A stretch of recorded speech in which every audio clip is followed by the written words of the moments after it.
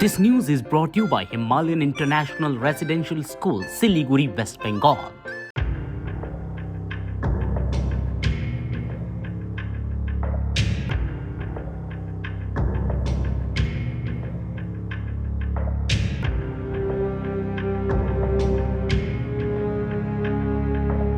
আগে আমাদের কাছে একটা ইনফরমেশন আছে যে রাস্তার মধ্যে একটা অ্যাক্সিডেন্ট হয়েছে, একটা 95 বছর বয়স্ক লোকরে একটা বাইক সজোরে ধাক্কা মারছে।